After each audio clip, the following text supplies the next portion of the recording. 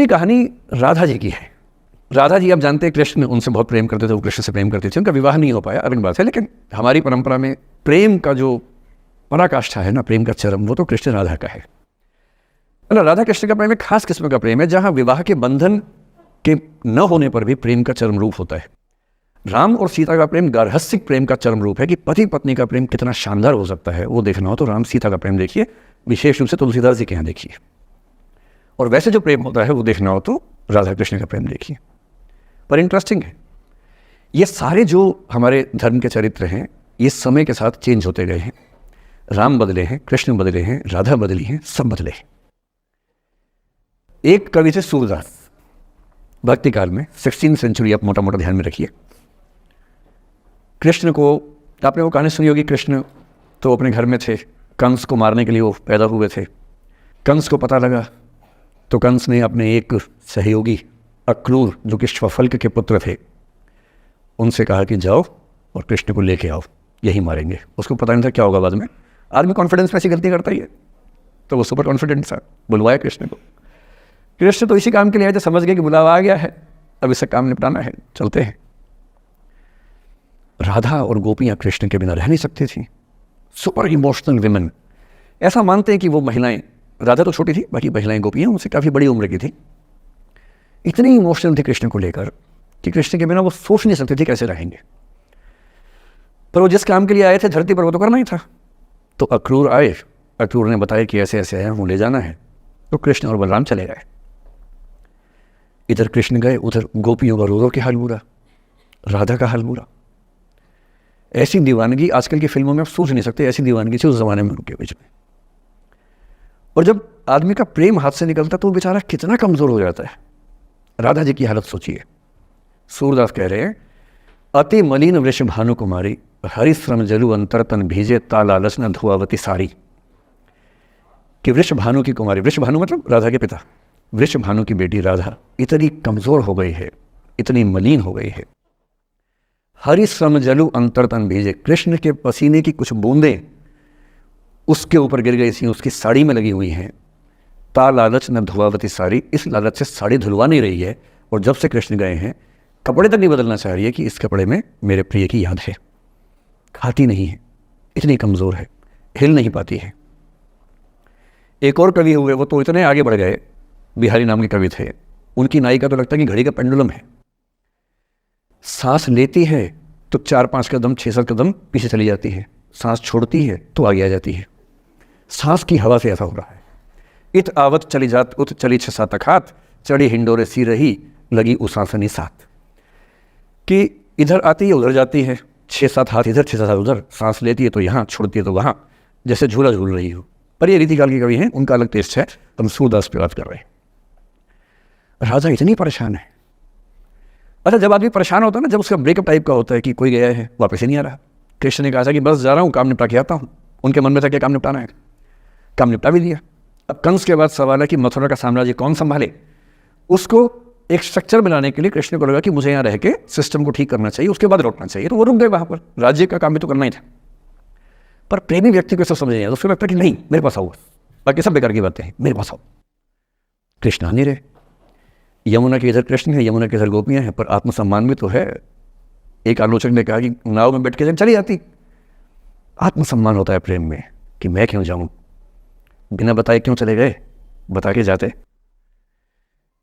तो राजा वेट करिए। राजा के मन में क्या रहा, उनको लग रहा है कि ऐसा तो नहीं कि मैंने ही कुछ गलती कर दी हो।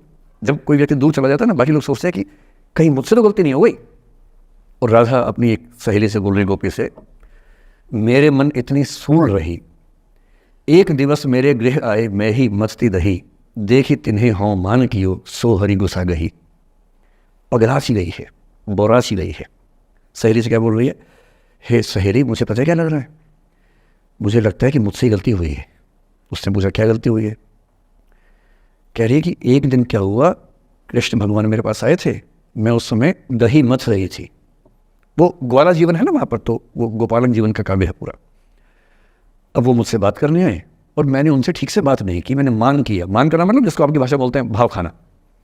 मैंने उनसे ठीक से बात नहीं की, मुझे लगता है वो नाराज़ हो गए, इसी नाराज़गी से लौट नहीं रहे। मेरे मन इतनी सूढ़ रही, मेरे मन में कांटा चुभ रहा है, एक दिवस मेरे घर आए, अब समझ में आएगा, एक दिवस मेरे घर आए, मैं ही मथती दही, देखी तिन्हें हाँ हाँ मतलब मैं मान की योग, मैंने अहंकार दिखाया, सो हरि गुस्सा गही, गुस्सा आ गया उनको इस बात से। सूरदास की राधा मुक्त नहीं हो पा रही, लेट गो नहीं कर पा रही, वो जी नहीं सकती कृष्ण के बिना। पर फिर देखिए 300 साल बाद क्या हुआ। 300 साल बाद कमाल हुआ। 20वीं शताब्दी की शुरुआत में एक और कवि हुए, उनका नाम था अयोध्या सिंह उपाध्याय हरिऔध, हरिऔध के नाम से प्रसिद्ध है। उन्होंने एक पुस्तक लिखी प्रिय प्रवास। प्रिय प्रवास का मतलब प्रिय प्रवास पे चला गया है, कृष्ण चले गए हैं मथुरा, अब राधा कैसे जिएगी। 20वीं सेंचुरी की शुरुआत में फ्रीडम स्ट्रगल शुरू हो चुका है, महिलाएं अभी तक स्वाधीनता आंदोलन का हिस्सा नहीं बनी है, पर अब वो समय आ रहा है कि बनने वाली है। और हरिऔध की राधा ने कमाल कर दिया है। गोपियाँ पूछती हैं कृष्ण नहीं आ रहे, अब क्या करोगी। ये राधा जी क्या बोल रही हैं, प्यारे जीवें जगहित करें, गेह चाहे ना आवे। मेरे प्रिय खूब जिए, समाज का कल्याण करें, घर बेशक ना आए, कोई दिक्कत नहीं है, मैं चाहती हूँ कि समाज का भला होना चाहिए।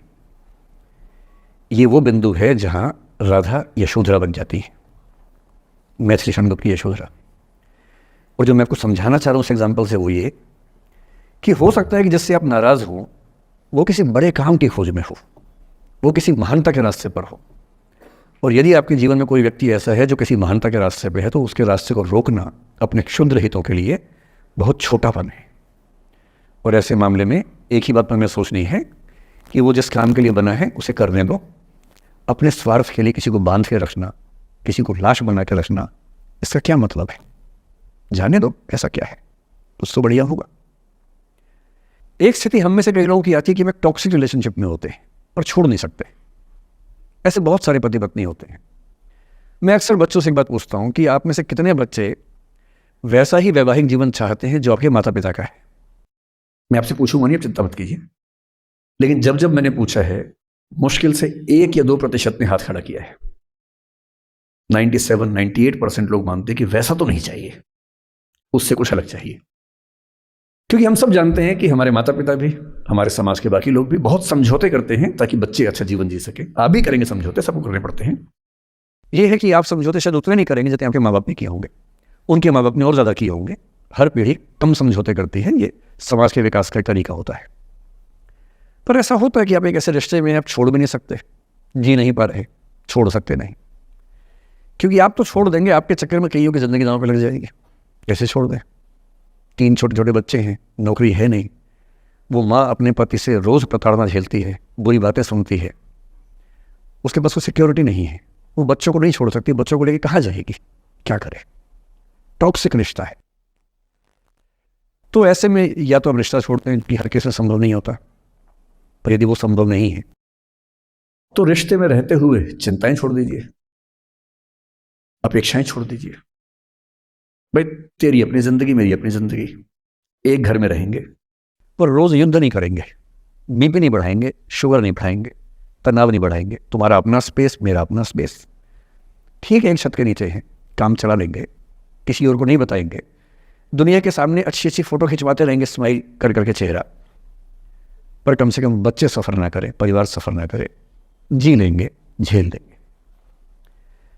और ऐसे माहौल में साहिर ने जो कहा था ना, उसी कविता की कुछ पंक्तियां बड़ी महत्वपूर्ण हैं कि बर्बादियों का सोग मनाना फिजूल था, कि बर्बादियां हैं जीवन में, पर ठीक है, कितना दुख मनाएंगे, अब है तो है, क्या कर सकते हैं। बर्बादियों का सोग मनाना फिजूल था, बर्बादियों का जश्न मनाता चला गया। और फिर अंत में इतनी सुंदर बात कहते हैं, गम और खुशी में फ़र्क न महसूस हो जहाँ, मैं दिल को उस मुकाम पे लाता चला गया। कि ठीक है, जैसी ज़िंदगी है उसको वैसे जिएंगे, अपेक्षाएं नहीं पालेंगे, ना तुम उम्मीद करना, और हम किसी तरह से मैनेज करके ज़िंदगी गुजार लेंगे। ये है अंतिम जो आपके जीवन में समस्या हो सकती है, करियर को लेके हो सकती है कि आपने कुछ करियर दिमाग में रखा हुआ है, ठान लिया है कि IAS बनना है या कुछ बनना है। आप कुछ भी ठान लें, सिर्फ आपके हाथ में नहीं होता है, सफलताएं असफलताएं जीवन में रहती हैं। 10-11 लाख लोग IAS का फॉर्म भरते हैं, 5 लाख IAS का एग्ज़ाम देते हैं, 1000 का सिलेक्शन होता है। हर एग्ज़ाम में घुमा फिरा की ही स्थितियाँ होती हैं, पॉलिटिक्स में, स्पोर्ट्स में, बिजनेस में, हर जगह कंपटीशन इतना है। सफल होने की जितनी संभावना है उससे कई गुना संभावना विफल होने की हर क्षेत्र में है। सफल नहीं हो पाए तो क्या करेंगे? और मैंने ऐसे लोगों को देखा है कि आईएएस नहीं बन पाए 20 साल पहले, और 20 साल से रोज घुट रहे हैं कि आईएएस नहीं बन पाए। रात दिन यही ख्याल होता है कि आईएएस नहीं बन पाए, या पीसीएस नहीं बन पाए, या कुछ खास सोचा था जो नहीं कर पाए। तो मैं आप लोगों से निवेदन करूंगा कि यदि आपकी आर्थिक पृष्ठभूमि ऐसी नहीं है कि जो बहुत मजबूत हो, तो हमेशा एक बैकअप ऑप्शन ज़िंदगी में लेके चलिए। किसी करियर को दिमाग पे इतना हावी मत होने दीजिए कि वो नहीं मिलेगा तो कुछ नहीं होगा। आप उस दौर के व्यक्ति हैं जहां इतने ऑप्शंस दुनिया में हैं जितने कभी नहीं थे। इतने ऑप्शंस हैं, बस एक ठीक ठाक सा व्यक्तित्व बना लीजिए, एक ठीक ठाक सा कॉन्फिडेंस रखिए अपने ऊपर। और यदि आपके पास बेसिक स्किल्स हैं, भाषा की, चिंतन की, समझने की, कैलकुलेशंस करने की, प्लानिंग करने की, स्ट्रेटेजाइज करने की, और मेहनती आप हैं, मैं गारंटी से कह रहा हूँ कि इस दुनिया में कंपटीशन नंबर्स में बहुत ज़्यादा है, कायदे का कंपटीशन नहीं के बराबर है। बहुत मजबूत लोगों से आपको भिड़ना नहीं पड़ता है। भिड़ते हैं 5 लाख से, पर उन 5 लाख में कुछ ही हैं जो भिड़ने लायक हैं। इतना कॉन्फिडेंस रखिए, जैसे कहते हैं ना कि हम भी दरिया है, हमें अपना हुनर मालूम है, जिस तरफ भी चल पड़ेंगे रास्ता हो जाएगा। इतना भरोसा अपने ऊपर रखिए कि ठीक है, ये नहीं तो कुछ और करेंगे, वो नहीं तो कुछ और करेंगे, लेकिन कुछ ना कुछ बढ़िया कर लेंगे। और उस बढ़िया करने की शुरुआत कॉलेज की ज़िंदगी से होती है। उड़ान सोसाइटी संभाल लेंगे, निष्ठा संभाल लेंगे। अभी मैडम ने बताया कि 80 सोसाइटी से बताई, इसके 60 बताई, 60 सोसाइटीज़ हैं। किसी सोसाइटी का हिस्सा बन जाइए। ये सोसाइटीज़ का हिस्सा बनने का असली पर्पस क्या है? इसी बहाने एक्सपोजर मिलता है, आप कुछ करते हैं, मंच पे आते हैं, लोगों से मिलना जुलना होता है, स्किल्स डेवलप होती हैं, और अंत में जो जीवन में काम आता है यही स्किल्स काम आते हैं। और यदि वो स्किल्स हमने डेवलप कर लिया, और वो स्किल्स पढ़ाई से नहीं आती हैं। जो क्लासरूम के अंदर की पढ़ाई है वो सबसे कम महत्वपूर्ण चीज़ होती है कॉलेज में। कॉलेज में सबसे ज़्यादा महत्वपूर्ण है ये अपॉर्चुनिटीज़, लोगों से बात करना, कुछ ऑर्गेनाइज करना, कहीं फेल होना, कहीं पास होना, वो सब करते रहिए। और मैं दावे से कह रहा हूँ कि इस दुनिया में कंपटीशन कहने के लिए ज़्यादा है, दरअसल ज़्यादा नहीं है। पूरी बात का सार ये है कि किसी की भी ज़िंदगी फ्लैट नहीं होती है, उसमें कर्व्स आते रहते हैं, ऊंच नीच सबकी ज़िंदगी में आती है। मैंने भी कम नहीं झेली है, आज मैं यहाँ खड़ा हूँ ऐसे नहीं खड़ा हूँ, उस तो झेला ही होगा, मैंने भी ठीक ठाक झेला है। जिस उम्र में आप मौज मस्ती करते हैं, मैंने उस उम्र में कैलकुलेटर बेचे हैं। मैं सेल्समैन रहा हूँ 17 की उम्र में, और मैं बिजनेस फैमिली से नहीं हूँ। बिजनेस फैमिलीज में बच्चों को 17 में काम पे लगा देते। मैं तो नौकरी पेशा परिवार से था, कुछ समस्याएं थी तो सेल्समैन बन के घर घर में जाके बेचना पड़ता था। तौहीन भी होती थी, लोग धिकारते भी थे, मजाक भी उड़ाते थे। वो समझे ना है, अपना खर्चा 17 की उम्र से खुद उठाया है, क्योंकि घर में दिक्कत थी। तो क्यों मांगू मैं घर से पैसे भाई, जब मुझे पता है कि मेरे घर में दिक्कत थी उस समय, क्यों मांगू? आपकी ज़िंदगी इस दुनिया के करोड़ों अरबों लोगों से बेहतर है, कुछ एक लोगों से खराब है। केवल उन कुछ एक पे ध्यान मत दीजिए, उन करोड़ों पे भी ध्यान दीजिए जिनसे अच्छी आपकी ज़िंदगी है। और इतनी कुव्वत आपके अंदर है, आप इस देश के सबसे अच्छे विश्वविद्यालयों में से एक, दिल्ली विश्वविद्यालय के सबसे अच्छे कॉलेजेस में से एक हंसराज कॉलेज में विद्यार्थी हैं। ये मजाक नहीं है, आप इस देश के एलीट हैं, एलीट। इस कॉलेज और यूनिवर्सिटी का नाम बोलते ही कितने बंद दरवाजे खुल जाते हैं, आपको अंदाज़ा नहीं है, आगे जाके समझ में आएगा। बस इतना करना है कि जब जब ज़िंदगी नीचे की तरफ जाए, थोड़ा सा हौसला बना के रखिए। कुछ ही दिन की बात होती है, हर चीज़ कुछ ही दिन की होती है। बहुत अच्छे वक्त में और बहुत बुरे वक्त में एक ही वाक्य कॉमन याद रखिए, कुछ दिनों की बात है, ये वक्त गुजर जाएगा। बहुत अच्छा हो तब भी ध्यान रखना है, आदत नहीं बनानी। बहुत बुरा हो तब भी ध्यान रखना है, ये सब खत्म हो जाएगा। सोशल मीडिया पर ट्रोलिंग आजकल का एक नया सच है, जो आप लोग बड़ा मुश्किल होता है वो दिन झेलते होंगे। आपने एक फोटो अपलोड की, कोई लाइक ही नहीं कर रहा है, आप बार बार देखने घूमोगे लाइक किया कि नहीं किया। दोस्तों को फ़ोन कर रहे हैं, लाइक कर, तो लाइक कर, तो भी लाइक कर, चल 5 लाइक करवाए, 8 लाइक करवाए, नहीं लाइक हो रहा। फिर आपने कुछ ऐसा बोला, किसी ने उसकी छोटी सी क्लिप काट के चला दी, और आप अचानक सबकी नज़रों में किरकिरी बन गए। गालियाँ पड़ रही हैं, आलोचनाएं हो रही हैं, लाखों लोग फतवे जारी कर रहे हैं आपके ऊपर। इतनी बेचैनी होती है इस दौर में। पहले के दौर में ये नहीं था, आपने कहीं कुछ बोला खत्म हो गया, अब किसी ने रिकॉर्ड कर ली, सोशल मीडिया पे आ गई, खत्म ही नहीं हो रहा। राइट टू बी फॉरगॉटन हमारे देश में है नहीं, और प्रैक्टिकली संभव भी नहीं है। कैसे आप उसको अप्लाई करेंगे? आप कभी ना कभी कुछ ऐसा बोलेंगे, या तो गलत बोलेंगे या उसमें से कोई क्लिप कोई काटेगा, इतनी गालियाँ पड़ेंगी और पहली बार जीना मुश्किल हो जाता है। मैंने आज से 7-8 साल पहले 1.5 साल तक एंग्जाइटी की दवाइयाँ खाई हैं, जबकि मैं बहुत ही मस्त वाला किस्म का आदमी हूँ, मैंने खाई हैं। और जीवन में एक आध ऐसा दौर सबका आता है, आ जाना चाहिए। जब जीवन में एक आध बार ऐसा हो कि सारी दुनिया पीछे पड़ गई है, बहुत दिक्कत होगी, घबराहट होगी, बेचैनी होगी, एंग्जाइटी होगी, डिप्रेशन होगा, सब कुछ होगा। लेकिन एक बात ध्यान रखना, मेरी इस बात को ध्यान रखना, वो पहली और आखिरी परीक्षा है, उसके बाद कभी नहीं होगा। 8 साल पहले ऐसा कुछ हुआ था कि मैंने बहुत दवाइयाँ खाई, 1.5 साल दवाई खाई, 1.25 साल खाई दवाई।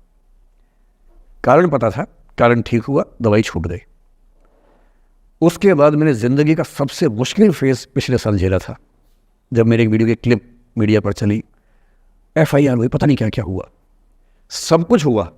और मैं आपके सामने बहुत ईमानदारी से कह रहा हूँ, मुझे तनाव नहीं हुआ, डिप्रेशन नहीं हुआ, एंग्जाइटी नहीं हुई, क्योंकि मैं पहले झेल चुका था। अब पिछले 7 दिन से मेरी 5 साल पहले की क्लिप चला रही है वीडियो आजकल। 2019 के इलेक्शन से पहले जनवरी में मैं क्लास लेते हुए कह रहा हूँ कि अब इलेक्शन का टाइम आ गया, अब मंदिर का तमाशा शुरू हो जाएगा और ये पॉलिटिक्स के मामले हैं, सब बेकार की बातें। उस समय ना सुप्रीम कोर्ट का जजमेंट आया था, ना कुछ और हुआ था। आज मेरा बड़ा सीधा स्टैंड है कि जब सुप्रीम कोर्ट की कॉन्स्टिट्यूशन बेंच ने 5-0 से सहमति दी है और उसके बाद कॉन्स्टिट्यूशनल तरीके से मंदिर बन रहा है, मैं कौन होता हूँ नाराज़ होने वाला? मुझे क्यों खुश नहीं होना चाहिए? दुनिया में हर धर्म के ईश्वरों के नाम पर मंदिर हैं, उनके जन्म स्थान पर मंदिर हैं, मेरे धर्म में क्यों नहीं होना चाहिए? मुझे क्यों परेशान होना चाहिए? और कुछ लोग पिछले 7 दिन से 5 साल पहले की क्लिप चला रहे हैं। मेरी टीम परेशान है, मैं परेशान नहीं हूँ। मुझे भेजते हैं कि सर ऐसे हो गया, सर इतने वीडियो चल रहे हैं। मैं सुनता हूँ पर तनाव नहीं होता है, क्योंकि मुझे पता है कि किसी दिन किसी मंच पर हो, जैसे आज मैंने बात बोल दी कहीं और बोल दूँगा, मैं खत्म हो गई। कितना लोड लेंगे? और आप लोड लेते रहेंगे तो दुनिया देती रहेगी। दुनिया के पास बहुत है देने के लिए, वो हमेशा देते रहेंगे। खुद को ऐसा फुल प्रूफ बना लीजिए, शील्ड बना लीजिए अपने आसपास कि तनाव आता है फिसल के निकल जाता है। और अगर आप तनाव झेलने के लिए समर्थ हो जाते हैं, लेट गो कर देते हैं, मैं दावे से कह रहा हूँ, सफल कितने होंगे मुझे नहीं पता, ज़िंदगी आपकी शानदार होगी, ये मैं गारंटी दे रहा हूँ। और जब जब बुरा अनुभव हो, जब जब जीवन में बुरा अनुभव हो, सबको होता है, आपको भी होगा, जब जब बुरा अनुभव हो, मेरा सूत्र वाक्य है जो मेरे व्हाट्सएप का स्टेटस भी है परमानेंट, मेरे दिल में गुथा हुआ है, दिल पे छपा हुआ है, सबको बोलता हूँ, हर क्लास में बोलता हूँ, आपको भी बोल रहा हूँ। एक लाइन याद रखना, क्यों डरे जिंदगी में क्या होगा, कुछ ना होगा तो तजुर्बा होगा, उससे बड़ा कुछ नहीं है। अब मैंने ठीक ठाक टॉर्चर कर लिया बच्चों पर, इससे ज़्यादा करना शोभा नहीं देता। इसके साथ ही बात समाप्त करता हूँ। बहुत बहुत धन्यवाद सुनने के लिए।